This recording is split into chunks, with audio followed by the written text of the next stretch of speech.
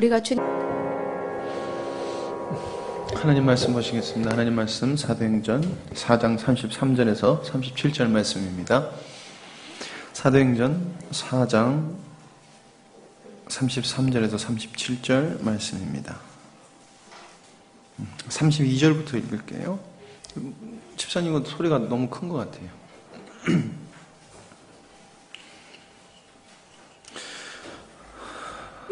사도행전 4장 32절에서 37절 말씀 교독하도록 하겠습니다. 믿는 무리가 한 마음과 한 뜻이 되어 모든 물건을 서로 통용하고 자기 재물을 조금이라도 자기의 것이라 하는 이가 하나도 없더라.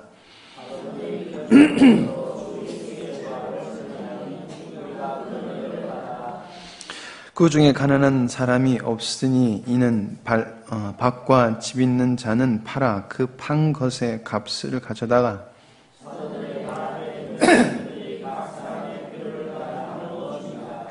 구브로에 선한 레위족 사람이 있으니 이름은 요셉이라. 사도들이 일컬어 바나바라 번역하면 위로의 아들이라 하니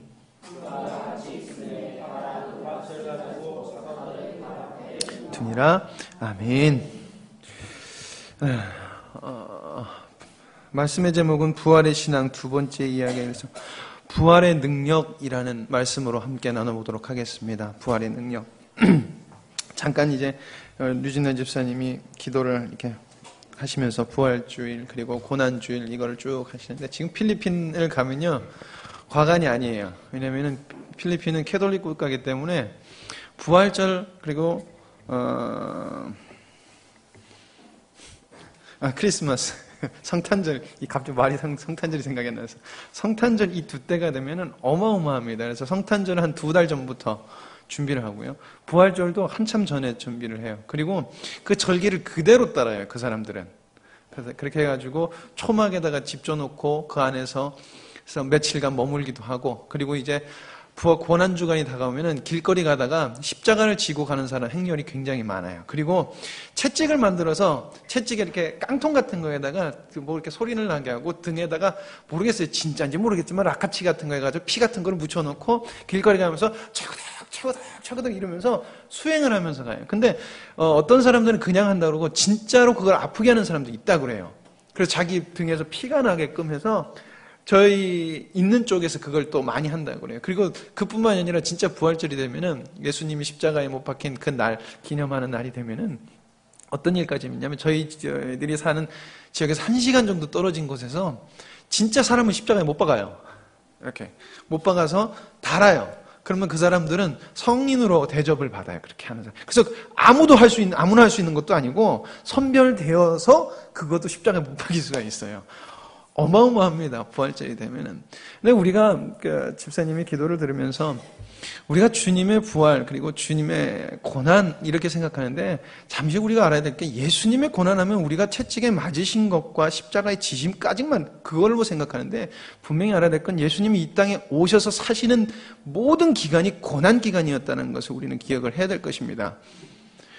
왜 계속 우리는 육체적인 고통을 당할 때 고난이라고 얘기를 하는데 예수님은 하나님이신 것을 당신이 분명히 아셨습니다. 그리고 이 땅에도 오셨습니다. 순종해서 오셨습니다. 그렇기 때문에 절대적 자유 주권이 있으신 분이 자기 주권을 완벽하게 내려놓는 것은 맞는 것, 육체적인 고난보다 더 극심한 고통인 것입니다.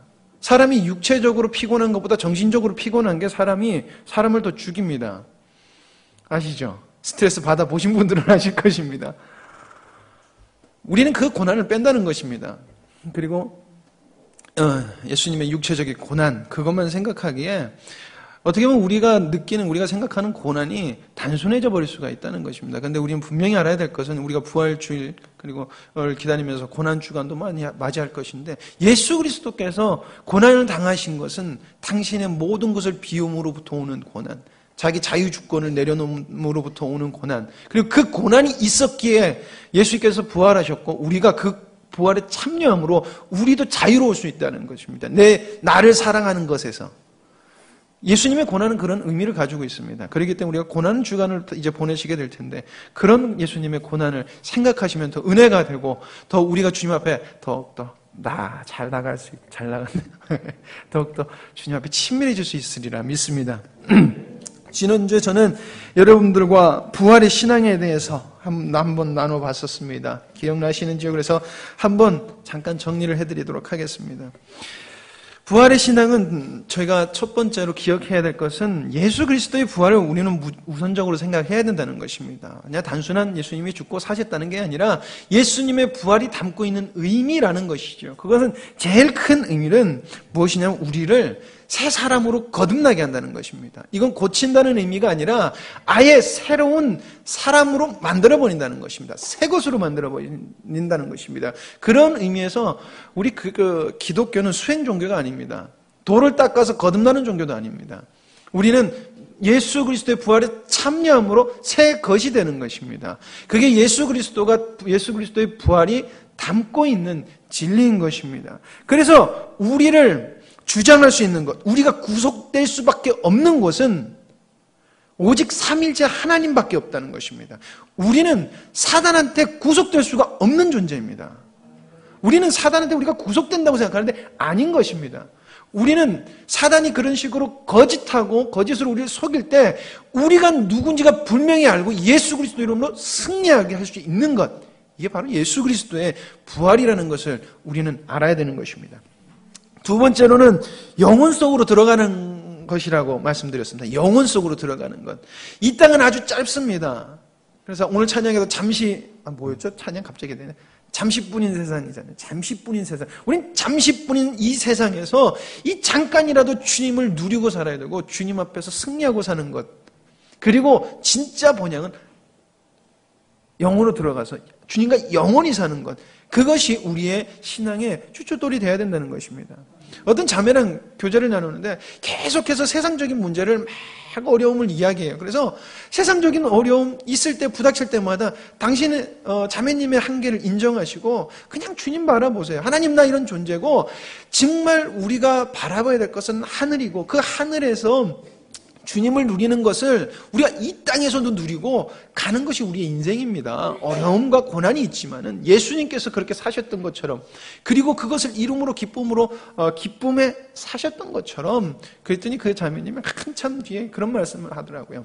한참 교제를 몇 달 이렇게 하는데 이런 고백을 하더니 요즘에 발이 공중에 떠서 하늘을 이렇게 바라보는 듯한 그냥 그런 기분이 들어요. 그런 거 같다는 생각이 들어요. 라고 이야기를 하더라고요. 표현이 어찌게 됐든 분명히 확실한 것은 우리는 하늘을 그렇게 그리고 바라봐야 된다는 것입니다.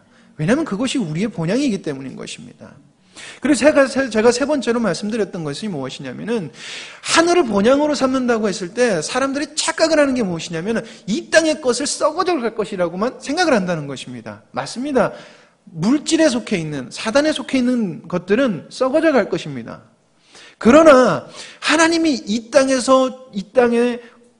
사는 우리에게 주신 이 인생은 허무한 것이 아니라는 것입니다. 헛된 것도 아니라는 것입니다. 우린 그 속에서 반드시 하나님이 주신 승리의 삶을 살아가야 된다는 것입니다.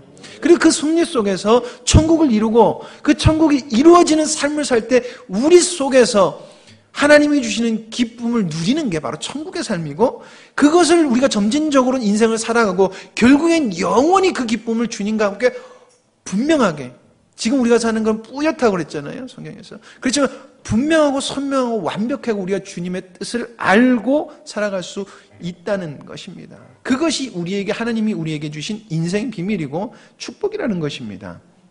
이게 부활의 신앙이다라고 말씀을 드렸습니다. 그리고 그러므로 우리는 반드시 부활의 신앙으로 살아야 됩니다. 부활의 신앙.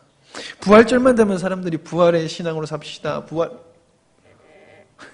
신앙으로 삽시다. 이야기를 하는데 아닙니다. 우리는 죽는 그날까지 부활의 신앙으로 살아야 되는 것입니다. 왜냐하면 예수님께서 이루신 것이 부활이기 때문인 것입니다. 제가 우리 주일학교 친구들에게 이런 말을 합니다. 여기서도 다시 한 번 더 하겠습니다. 여러분들이 절대 잊어서는 안 되는 것이 있습니다. 하나님, 우리 애들에게 너희들이 절대 잊으면 안 되는 것이 있어. 첫 번째, 하나님이 천지를 창조하셨다. 두 번째, 예수님께서 이 땅에 오셨고 십자가에 달려 돌아가셨고 그리고 부활하셨고 승천하셨다. 이게 하나인 것입니다. 두 번째가 요게 하는 것이에요. 그리고 세 번째는 재림의 신앙, 다시 오실 예수님. 절대 우리가 잊어먹어서는 안 되는 것. 다른 거는 그래 잊어먹을 수도 있다. 그렇지만 절대 잊어먹어서는 안 되는 것이 이것이고, 이 신앙으로 살아갈 때 우리의 신앙은 건강한 신앙, 그리고 능력 있는 삶을 살 수 있다라고 제가 친구들에게 이야기를 합니다. 우린 이 신앙을 절대 잊어먹어서는 안 되는 것입니다. 그리고 우리는 예수 그리스도가 중간에 창조를 하셨고, 창조는 의도지만은 하나님께서 이루신 것은 부활이지 않습니까? 그것을 우리는 힘입어 사는 존재들이기 때문에 우리는 날마다 부활의 신앙으로 살아야 된다는 것입니다. 예. 여러분, 부활의 신앙으로 산다는 것은 부활의 능력으로 산다는 것입니다. 우린 부활의 신앙으로 살아야 됩니다 라는 말은 우리 삶에서 부활의 능력이 우리 삶에서 있어야 된다는 것입니다. 여러분, 다시 한 번 더 말씀드리지만 기독교는 절대 수행 종교가 아닙니다.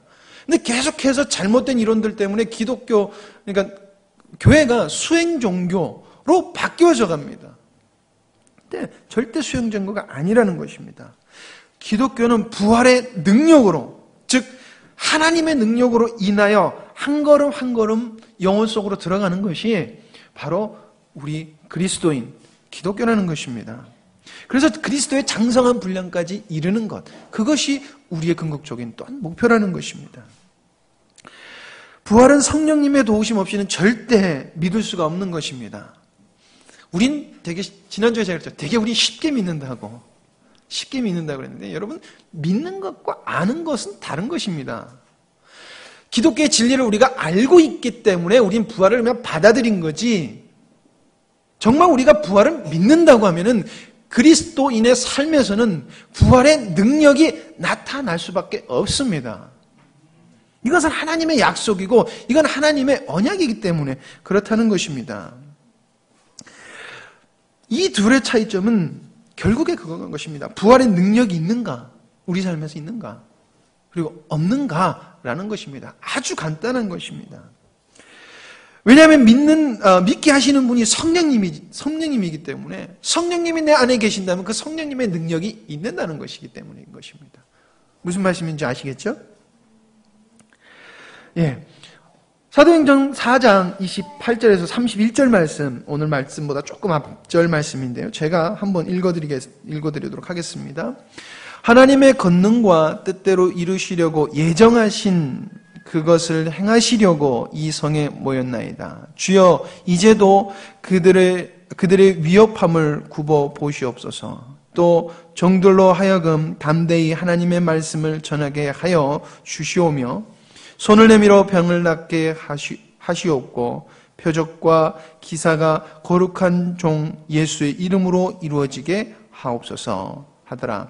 빌기를 다음에 모인 곳이 진동하더니 무리가 다 성령이 충만하여 담대히 하나님의 말씀을 전하니라. 아멘. 성도들이 한 마음이 되어서 자신들을 흔들고 있는 그 마음을 하나님 앞에 간구합니다. 주님께 간구합니다. 즉 믿음을 간구했다는 것입니다. 그러자 그들에게 어떤 일이 생깁니까? 그 자리에 하나님의 성령이 충만해졌다는 것입니다.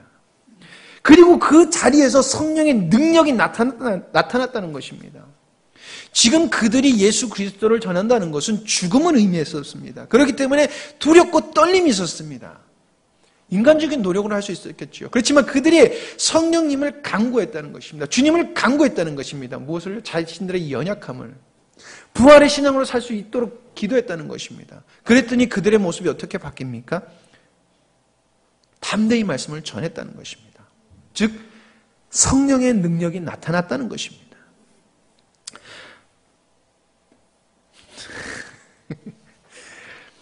31절, 빌기를 다음에 모인 곳이 진동하더니 무리가 다 성령이 충만하여 담대히 하나님의 말씀을 전하니라. 여러분, 하나님의 말씀이라는 것은 예수 그리스도의 복음이라는 것입니다. 복음. 그 복음에 부활의 신앙이 있다는 것입니다. 부활의 신앙으로 사는 사람, 부활의 사건이 나의 사건이 되는 사람, 이 사람은 주님의 능력이, 그 사람의 능력이 됩니다. 그렇다면 부활의 능력은 어떻게 나타나고 세상 능력과 어떻게 다른지 우리 함께 오늘 나눠보도록 하겠습니다. 첫 번째는 잘 아시는 것처럼 형제를 사랑하게 된다는 것입니다. 결국엔 믿음의 완성은, 목사님이 그러셨잖아요. 믿음의 완성은 사랑이라고 그랬지 않습니까? 자, 사도행전 4장 32절, 믿는 무리가 한 마음과 한 뜻이 되어 모든 물건을 서로 통용하고 제 재물을 조금이라도 제 것이라 하는 이가 하나도 없더라. 부활의 능력은 하나님의 능력입니다. 하나님으로부터 오는 능력인 것입니다. 우리로부터 오는 능력이 아니라는 것입니다. 우리는 이 능력을 큰 힘, 초능력, 이런 것으로 이해하려고 합니다. 그러나 그럴 수도 있는 것이 하나님이 그런 능력을 나타내셨기 때문에 우리가 그렇게 이해할 수 있는 것입니다.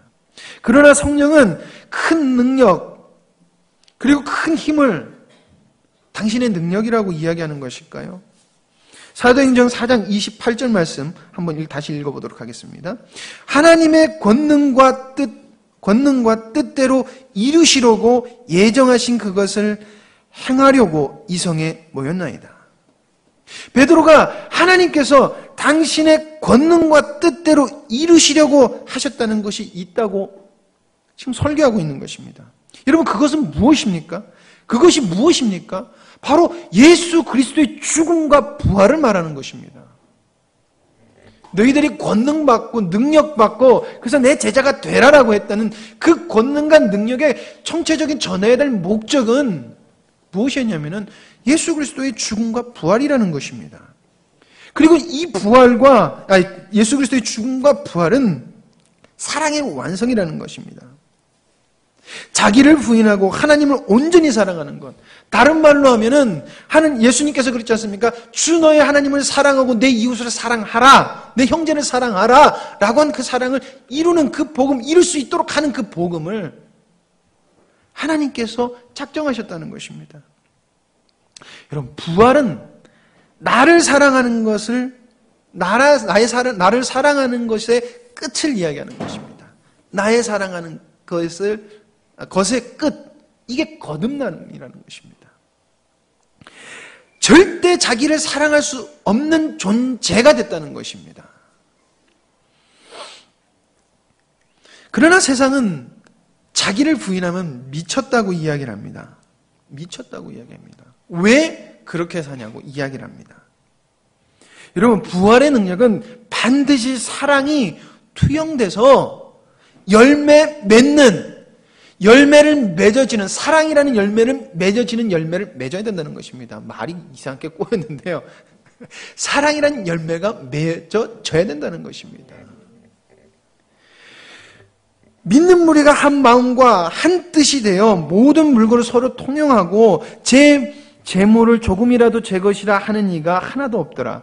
사도들이 큰 권능으로 주 예수의 부활을 증거하니 무리가 큰 은혜를 얻어 그 중에 핍절한 사람이 없으니 이는 밭과 집 있는 자는 팔아 그 판 것의 값을 가져다 사도들의 발 앞에 두매 저희가 각 사람의 필요를 따라 나눠 줌이더라.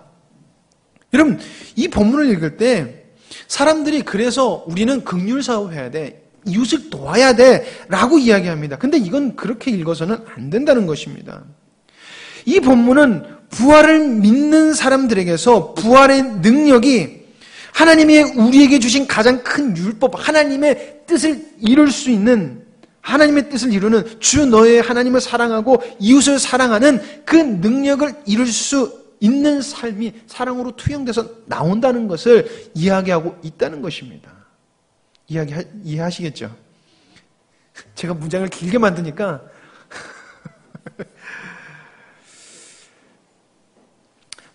33절 말씀 한번 같이 한번 이 말씀 같이 한번 읽어보도록 하겠습니다. 시작. 사도들이 큰 권능으로 주 예수의 부활을 증거하니 우리가 큰 은혜를 얻어. 사도들이 주의 능력으로 부활을 증거했더니 사도들의 말을 들은 사람들이 은혜를 입었고 그 은혜는 사랑으로 투영돼서 나왔다는 것입니다. 자기를 주장하지 않았고 형제를 사랑함으로 투영돼서 나왔다는 것입니다. 즉 부활의 능력, 예수님이 죽기까지 복종하시고 죽으심으로 하나님을 사랑하고 우리를 사랑하여서 우리도 하나님을 사랑할 수 있고 이웃을 사랑할 수 있는 능력, 그 능력, 부활의 복음을 듣는 자들에게 나타나게 하실 것이라는 것입니다. 나타났다는 것입니다. 열매가 지금 맺어졌다는 것입니다. 우리는 형제를 사랑해야 됩니다. 그렇다면 질문이 있습니다. 우리는 무엇을 먼저 해야 될까라는 것입니다. 어떻게 형제를 사랑해야 될 것이냐라는 그 문제가 있다는 것입니다. 형제를 사랑하라라고 이야기하면은 우리 마음에 자동적으로 오는, 즉각적으로 오는 반응, 맞아요, 사랑해야지, 그렇죠? 바로 이 마음이 드시죠. 왜냐하면 우리는 주님 앞에 순종하고 싶으시잖아요. 네, 순종해야지. 그래서 참아야지. 이렇게 생각을 합니다.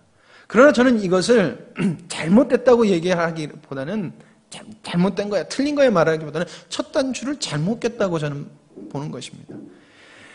내가 사랑해야지, 참아야지가 먼저가 아니라 정말 우리가 첫 번째로 단추를 끼워야 되는 것은 하나님, 저는 형제를 사랑할 수 없는 존재입니다라는 그 인식이 먼저 돼야 된다는 것입니다. 하나님, 나는 그런 존재가 못 되어라는 고백을 하나님 앞에 드린다는 것입니다. 왜냐하면 내가 사랑해야지라는 이 다짐은 내가 노력해보겠다는 것이 결국에 투영되어 오고 내 열심을 사용하겠다는 것이기 때문입니다. 결국에 성령님은 벌써 저만 채 떨어져 있다는 것입니다. 그러나 내가 할 수 없어요라는 이 말은 성령님 도와주세요라는 것이 자동적으로 들어가는 거기 때문이라는 것입니다. 어제 성경을 이렇게 보면서 성경을 이제 좀 분석을 하면서 보는데 중간태라는 게 있습니다. 중간태, 수동태, 능동태, 중간태, 아시죠? 수동태, 능동태. 예. 근데 중간태는 이건 도대체 뭐야? 라고 이제 얘기하시는데 성경에서 중간태라는 것이 나옵니다. 중간태. 근데 제가 이걸 보면서 왜 성도들이 헷갈릴 수밖에 없을까라는 그런 게 있잖아요. 행위로부터 나오는 것이나 정말 성령님으로부터 나오는 거 왜 헷갈릴까라는 것을 보는 게 성경에 보면 중간태로 사용되는 것이 있는데 이 중간태라는 것이 저도 궁금해서 다시 한번 쭉 찾아봤더니 무엇을 의미하고 있냐면은 이것을 근원은 하나님으로부터 오는 것이 맞습니다. 쉽게 얘기해서 하나님으로부터 와서 행동이 나오는 것입니다. 그런 의미로 봤을 때는 능동태입니다. 능동태. 하나님의 능력으로 하는 능동태로 여겨진다는 것입니다. 그런데 보여지는, 인간의 눈으로 보여지는 것은 그 사람이 자발적으로 하는 수동태로 보여질 수도 있다는 것입니다. 수동태로 보여진다는 것입니다. 이게 중간태가 가지고 있는 특징이라고 하는 것입니다. 그러니까 인간의 눈으로 봤을 때는 구별하기가 힘들다는 것입니다. 그렇지만 수동태라고 적힌 것은 반드시 하나님이 하시겠다는 것입니다. 우리를 통해서. 그게 부활의 능력의 비밀이라고 말할 수 있겠죠. 여러분, 우리는 이 첫 단추를 잘 끼워야 될 것입니다. 진정한 교회에서 시기 질투가 있는 것이 기적이 되어야 되는 것입니다. 진정한 교회입니다. 그냥 교회라고 제가 말씀드리지 않았어요. 진정한 교회라서 건물교회 말씀만 생각하시면 안 됩니다. 우리는 주님의 거룩한 성전, 교회인 것입니다. 절대 우리 속엔 시기와 질투가 있어서는 안 되는 것입니다. 우리에게 시기와 질투가 있다. 즉, 우리가 지금 부활의 신앙으로 살아가지 않고 있다는 것입니다. 세상 소망을 소망하고 자기 이익을 추구하고 있다는 것입니다. 우리에게 이런 모습이 오면 우리는 그 자리를 빨리 돌이켜서 주님께 돌아와야 될 줄 믿습니다. 두 번째로 부활의 능력은 여러분 한 마음과 한 뜻이 되는 것입니다. 한 마음과 한 뜻. 우리는 부활의 능력과 자신의 능력을 구분할 줄 알아야 됩니다. 굉장히 중요한 것입니다. 제가 중간태에 대해서 말씀드렸죠. 겉보기에는 참 헷갈립니다. 그러나 이 둘은 분명히 다릅니다. 어떻게 다를까요? 오늘 말씀의 부활의 신앙이 사랑의 사건으로 열매가 맺어져서 나타납니다. 우리는 이 사건을 우리가 잘 아는 것처럼 이 사건은 자신의 소유를 팔아서 나눠주는 것입니다. 그래서 32장 말씀에 믿는 무리가 한 마음과 한 뜻이 되어 모든 물건을 서로 통용하고 재물을 조금이라도 제 것이라 하는 이가 하나도 없더라 라고 말하는 것입니다. 우리는 이 말씀을 봤을 때 그냥 이 말씀을 그냥 뭉텅거려서 보는 것입니다. 그러나 우린 여기서 좀 깊숙이 말씀을 볼 필요가 있는 것 같습니다. 오늘 말씀에 보니까 그들이 한 마음과 한 뜻이 되었다라고 이야기를 하는 것입니다. 한 마음과 한 뜻. 여러분 여기 성경을 한번 바라보시기 바랍니다. 32절. 자, 한 마음과 한 뜻 할 때 여러분 성경에 번호가 매겨져 있죠. 그렇죠? 네, 번호가 매겨져 있죠. 그 번호를 따라가면 무엇이라고 되어 있습니까? 4번 뭐라고 저 밑에 이제 각주 달아놓은 곳에 무엇이라고 되어 있습니까? 영혼이라고 되어 있습니다. 제가 왜 이렇게 하냐면 여러분들이 가끔가다 이렇게 번호 있는 거 무시하지 마시고 좀 밑으로 가서 보시면은 성경에 읽는 데 굉장히 도움이 됩니다. 그래서 한번 해본 것입니다. 한 마음과 한 뜻이라 그러는데 번역을 4번 이렇게 달아서 영혼이라고 달아놨습니다. 그래서 헬라어 성경을 보면은 여기서 한 뜻이라고 적힌 이 단어의 단어는 프시케라는 영혼이라는 단어가 쓰였습니다. 영혼이라는 단어, 한 뜻이 아닌 원래는 영혼이라는 단어가 쓰여 있다는 것입니다. 즉 그들이 한 영으로 행했다는 것입니다. 여러분 성령의 임재 사건, 그들에게 중요한 사건이 벌어졌는데 무엇이냐면 그들이 한 마음이 됐고 한 영이 됐다는 것입니다. 한 마음과 한 영이 됐다는 것입니다. 즉 그리스도의 안에서 그들이 한 몸이 되었고 한 곳을 바라보게 되었고 그리고 그것은 바로 하나님의 뜻을 이루는 것이라는 것입니다. 하나님의 원함을 바라보는 것이라는 것입니다. 그렇게 바뀌었다는 것입니다. 부활의 능력은 자신이 목적이 되어서 살아가는 자들, 그런 자들을 하나님의 뜻을 이루는 목적으로 거듭나서 한 곳을 바라보게 하는 것입니다. 한 마음과 한 뜻이 되게 한다는 것입니다. 즉 그들이 성령으로 거듭나니 그리스도 안에서 한 마음과 한 뜻을 가진 한 몸이 되었다는 것입니다. 한 몸. 이렇게 한 몸이 되자 어떻게 합니까? 자기를 주장하지 않습니다. 자기 개인을 주장하지 않냐고 바로 어떻게 됩니까? 자기 몸을 생각하더라는 것입니다. 예수 그리스도에서 하나가 된 몸. 제 물건을 조금이라도 제 것이라 하는 이가 하나도 없더라. 여러분 이것이 바로 부활의 능력이라는 것입니다. 여러분 이 사건은 성령님의 순수한 인도하심이라는 것을 우리는 알아야 되는 것입니다. 그러나 4장이 끝나고 5장이 되면 우리가 잘 아는 아나니아와 삽비라의 사건이 벌어집니다.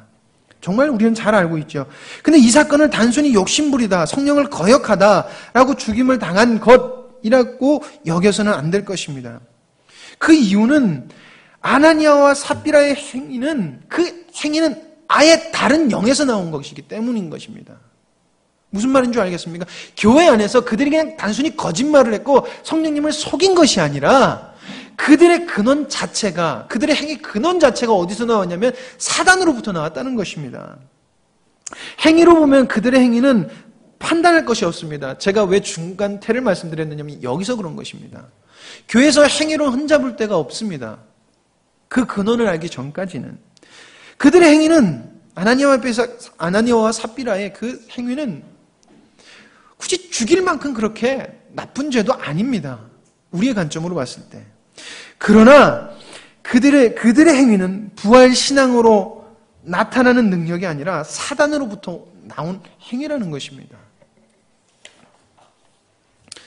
5장 3절, 사도행전 5장 3절, 베드로가 가로되 아나니아야 어찌하여 사단이 내 마음에 가득하여 내가 성령을 속이고 땅값 얼마를 감추었느냐.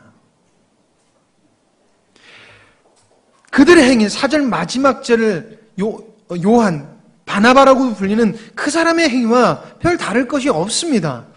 그러나 그들 행위의 근원은 완전히 달랐다는 것입니다. 바나바는 성령으로부터 나온 것이고 아나니아와 삽비라는 사단으로부터 나왔다는 것입니다. 여러분, 이 사건은 단순히 거짓말이 아닌 것입니다. 이 사건은 두 행위의 근원과 그 행위의 결과를 명확하게 보여주는 것입니다. 근원의 결과를. 여러분, 교회가 부활의 신앙이 희미해집니다. 그러자 무엇이 부각되냐면은 사람들이 행위로서 사람들을 판단하기 시작합니다. 나는 헌금을 얼마 했다. 나는 하루에 기도를 얼마 한다. 그리고 우리는 무엇을 했다. 우리 교회는 무엇을 했다. 등등 행위가 믿음의 크기의 선별 구별이 됐다는 것입니다. 그리고 그 기준을 따라 잘했다고 여겨지면은 그 사람에겐 박수를 치고 그렇지 못한 사람에겐 야유를 보냅니다. 여러분 분명하게 알아야 돼서 이건 부활의 능력이 아닌 것입니다. 한 마음과 한 뜻, 한 영으로 하지 않았다는 것입니다.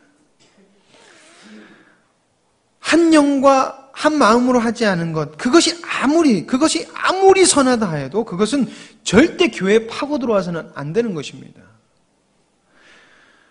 그것은 성령님과 반대되는, 성령의 역사심과 반대되는 죽음이라는 것을 우리는 기억해야 된다는 것입니다.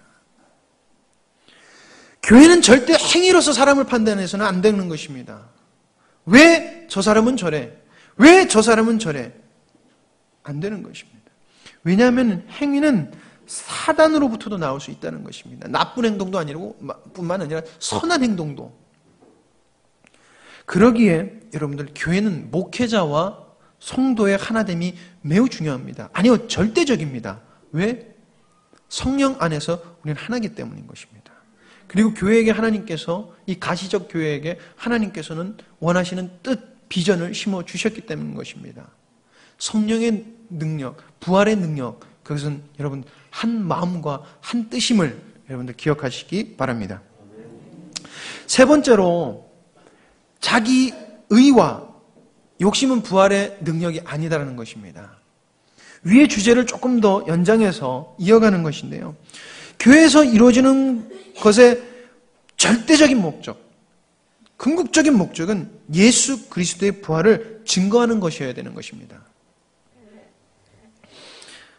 사도행전 4장 33절 말씀, 사도들이 큰 권능으로 주 예수의 부활을 증거하니 무리가 큰 은혜를 얻어라고 되어 있습니다. 여러분, 부활을 증거한다는 것은 예수님이 우리를 위해서 죽으시고 부활하셨다. 우리를 위해서 죽고 부활하셨다. 기쁜 사건입니다. 이런 것만 전하는 것이 아닙니다. 예수 그리스도의 죽으시고 부활하심, 그러므로 우리가 거듭났다는 것을 증거하는 것입니다. 이것이 부활을 증거한다는 것입니다. 그리고 정말 우리가 정말 믿음 안에서, 정말 성령님 안에서 우리가 이 복음을 전했을 때는 반드시 능력이 나타나게 되어 있습니다. 사도행전 1장 8절, 오직 성령이 너희에게 임하시면 너희가 권능을 받고 예루살렘과 온 유대와 사마리아 땅끝까지 이르러 내 증인이 되리라 하시니라. 이 말을 들으면 이 말씀도 생각나죠. 마태복음 28장 말씀, 가서 너희는 모든 족속으로 제사를 삼아 아버지와 이제 볼지어다 내가 세상 끝날까지 너희와 함께 있으리라. 이 말을 같이 보면 우리는 계속해서 어떻게 생각하냐면 가서 전해야 된다는 것을 생각합니다. 맞습니다. 그러나 분명히 알아야 될 것은 우리는 사도행전 1장 8절 말씀을 같이 봐야 된다는 것입니다. 뭐라고 되어 있습니까? 오직 성령이 너에게 임하시면, 무슨 말이면 부활의 신앙은 우리가 거듭난 존재가 되면 예수 그리스도가 우리 안에 임할 것이고 보혜사로 임할 것인데, 그렇게 되면 어떤 일이 벌어지느냐? 바로 내 증인이 될 것이다라는 것입니다. 예수님이 승천하시면서 마지막으로 하신 말씀이 이것이라는 것입니다.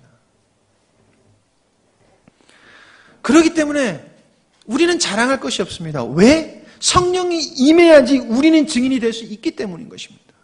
근데 교회가 이것을 잘못 해석합니다. 그래서 마태복음 28장 말씀을 가지고 하나님의 지상 명령이다. 그래서 가자! 그런 거, 그렇게 설교를 합니다. 그리고 1장 8절 말씀을 연결해서 우리가 성령 받아야 돼. 성령 받고 능력 받아야 돼. 그래서 가서 전해야 돼. 이렇게 이야기를 하는 것입니다.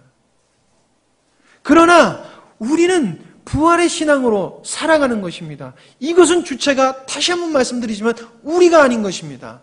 너희에게 성령이 임하시면 너희들의 삶은 부활의 능력이 나타나는 부활의 증인의 삶이 될 것이다라는 것을 우리에게 예수님은 약속하시고 언약으로 주시고 확증하시고 가셨다는 것입니다. 당신이 그 삶을 살고 가셨습니다. 그렇기 때문에 이곳에는 절대 자기 의의가 들어갈 수 없다는 것입니다. 내가 몇 명 정도 했다, 내가 뭐 했다. 그것은 여러분들 말 그대로 내가 한 것입니다. 그렇다고 또 해서 여러분 전도했는데 내가 몇 명 전도했어 그랬다고 성령님이 전혀 안 했다는 것이 아닌 것입니다. 무슨 말씀인지 아시죠? 자기 의에 빠져서 하는 모든 것은 그것은 아나니아와 삽비라의 사건과 동일할 수 있다는 것을 말씀드리는 것입니다.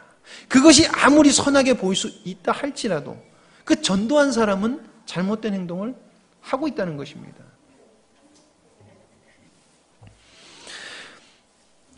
교회가 계속해서 정체성을 잃어갑니다. 그래서 열심히 해야 된다고 이야기를 합니다. 부활의 신앙으로 살라고 말하지 않고 열심히 살라고 말을 합니다.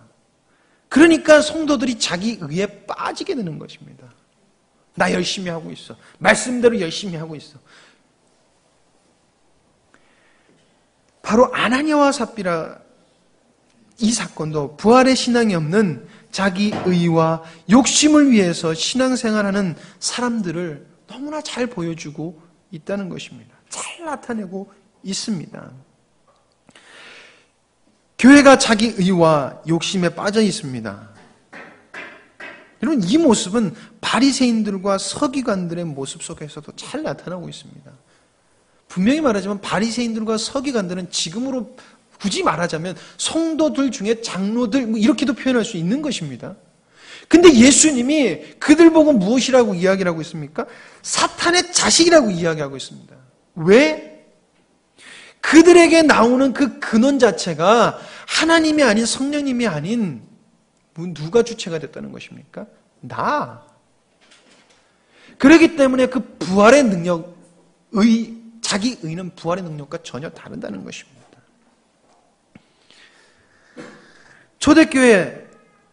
초대교회에 여러분들 자신의 소유를 팔아라 하는 룰이 없었습니다. 그런 법 없었습니다.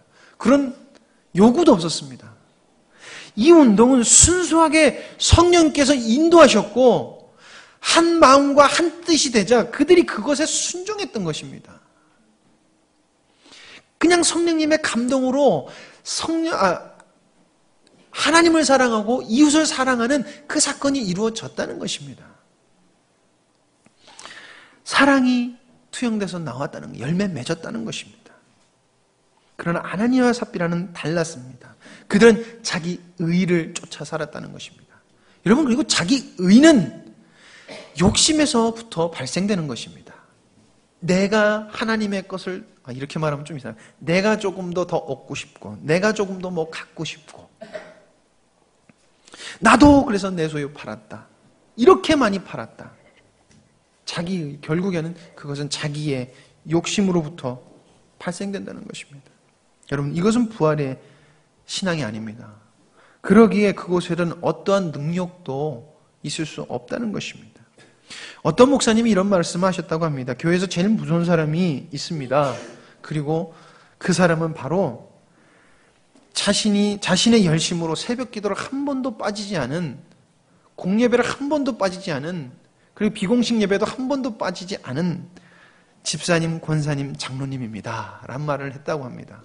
목사님이 제일 두려운 사람이 교회 와서 야, 이 목사야 막 이러는 사람도 아닌 자기 열심으로 새벽 기도, 모든 예배를 다 참석하는 사람을 제일 무서워, 제일 두렵다고 하는 것입니다. 왜냐하면은 그들은 자기 열심으로 모든 것을 충족시켰기 때문에 조금이라도 빈틈을 보이는 목사는 의지가 약한 사람, 저 줏대도 없는 양반으로 바로 찍혀버리기 때문에 그렇다는 것입니다. 지금 그들이 빠져있는 것이 무엇입니까? 자기 의라는 것입니다. 그들의 행동은 교회에서 선한 행동으로 보일 수 있습니다. 그래서 우리 권사님은 태어나서 한 번도 교회에 빠져보신 적도 없고 새벽 기도도 절대 빠져보신 적도 없어. 그러나 그것이 무엇입니까? 자기 의라는 것입니다. 그리고 그 자기 의는 사람들이 그렇게 나를 이야기해주면 너무나 기뻐하고 자기가 욕과 충돌되는 욕심으로부터 온다는 것입니다. 자기 의는 절대 교회에 섞여서는 안 되는 것입니다. 순수해야 되는 것입니다. 이런 순수한 교회에 자기 의가 들어오면 여러분 죽음을 가져온다는 것입니다. 죽는다는 것입니다. 이게 바로 아나니아와 삽비라의 사건인 것입니다. 많은 교인들이 욕심을 가지고 교회를 다닙니다. 욕심이 너무나 많습니다. 교회에서 사랑을 달라고 합니다. 위로 달라고 합니다. 그리고 교회를 통해서 돈을 얻으려고 합니다. 명예도 얻으려고 합니다. 그래서 성령님의 일하심을 흉내도 내고 그리고 자신을 의롭다 믿고 그리고 그렇게 행동을 합니다. 그러나 분명히 알아야 되는 그런 모습들은 부활의 신앙과 부활의 능력과는 정반대된다는 것입니다. 그러므로 그 사람들은 독선적입니다. 그리고 맹목적입니다. 맹목적으로 행동한다는 것입니다. 왜 그렇습니까? 자신을 사랑하니까. 여러분, 이 둘의 끝은 자기의, 욕심, 이 둘의 끝은 부활이 아니라 멸망이라는 것입니다. 여러분, 결론을 내리고자 합니다. 부활의 신앙은 반드시 사랑으로 투영되어야 하는 것입니다. 그리고 그것이 바로 부활의 능력인 것입니다. 세상과 다른 능력, 바로 이것이 예수님이 이루신 능력이라는 것입니다. 겸손하셨고 연약하셨고 양처럼 그냥 죽으셨습니다. 그러나 가장 큰 능력이었고 모든 것을 이길 수 있는 능력이셨습니다. 이게 바로 부활의 능력이라는 것입니다. 그리고 성령이 임하시면 우리가 한 마음과 한 뜻이 된다는 것입니다. 그리고 우리의 삶에서 증인의 삶을 살 수 있다는 게 아니라 살아진다는 것입니다. 사도행전 1장 8절 말씀을 우리 삶 속에서 발견할 수 있다는 것입니다. 그것이 우리 인생에게 주신 하나님의 목적인 것입니다. 여러분, 부활절이 다가오고 있습니다. 부활의 능력은 우리 전 인생의 능력이 되어야 될 것입니다. 왜냐하면 부활의 능력은 주님의 능력이기 때문인 것입니다. 모든 것을 이길 수 있는 능력이기 때문인 것입니다. 그러나 분명히 기억하십시오. 그 능력은 세상과 다릅니다. 세상과 다릅니다. 세상의 능력과 다릅니다. 때로는 바보스럽고 어리석고 때로는 비참함으로 오늘 5절 말씀에 고난으로도 나타나는 것입니다. 그것을 모두 선하다라고 인정하고 우리가 주님 앞에 나아갔을 때 부활의 능력이 참 능력이 될 것입니다. 기도하시겠습니다.